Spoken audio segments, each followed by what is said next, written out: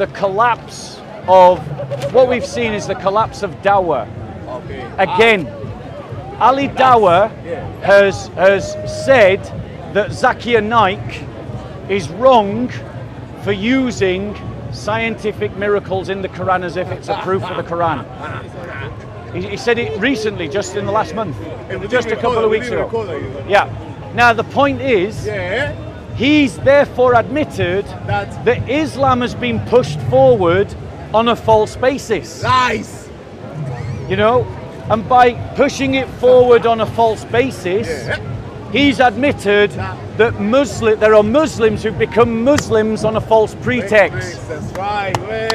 Well done, Borat. So if you're one of those Muslims who embraced Islam on a false pretext, like the fake miracles in the Quran, I simply invite you now to leave Islam. You were conned by a con artist. Borat. You were conned by a con artist. Thank you, Allah. And that con artist has duped you. But here's another thing. If they were pushing Islam with scientific arguments that were not true, what other arguments have they pushed Islam by that are also not true? Right. If Ali Dawah is admitting that scientific miracles were a false claim, a debunked argument, a bad argument, what other bad, false, duped arguments have they advanced Islam with? That's a good question, Bob Sila. Ladies and gentlemen, there are many black Muslims who became Muslim because they were told lies about the Christian slave trade. And they were told lies about the Islamic slave trade. If you're one of those Muslims, it's time to leave Islam. Leave it! If you're a Muslim who became a Muslim because of a scientific miracle, it's time to leave Islam. Leave it! If you're someone who became a Muslim because someone convinced you that the Bible doesn't show that Jesus Christ is God, and you believe them, that's a false argument. It's time to leave Islam. Leave it! The car salesmen of the Islamic community have been selling dodgy cars to the Muslim community, and they've been selling dodgy cars to naive Christians and others in our culture and our society. For the pastor. But because of Christians like me and like Paperboy, Chris, and like Chris, David Woods, and David Woods, Woods. Thank you, and Jay Smith, and many others, these kinds of arguments have been busted. Islam has been put to scrutiny in a way that it has never been put before. Correcto. And it is collapsing under that scrutiny. Right. Christians have been subject to scrutiny on every aspect of our faith for 300 years. How long? 300 years.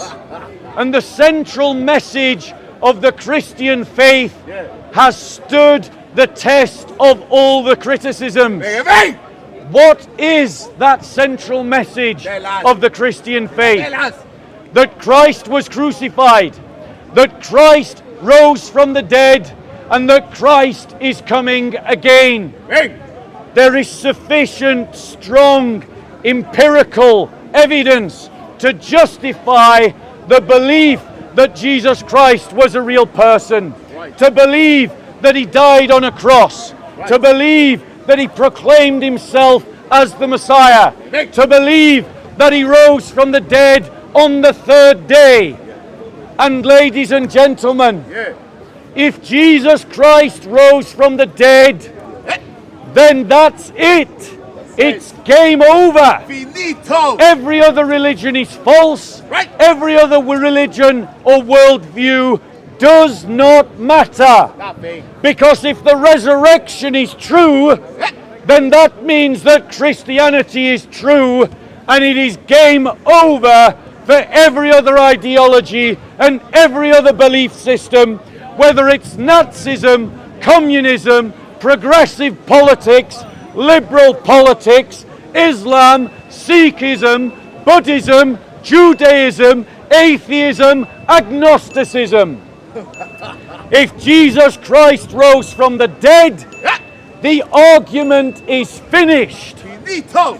And that, ladies and gentlemen, is the proposition that Christianity stands or falls by. Right. And despite the best efforts of liberal critics, of Muslim critics, of atheist critics, of agnostic critics, none of them have been able to disprove the Christian belief in the resurrection.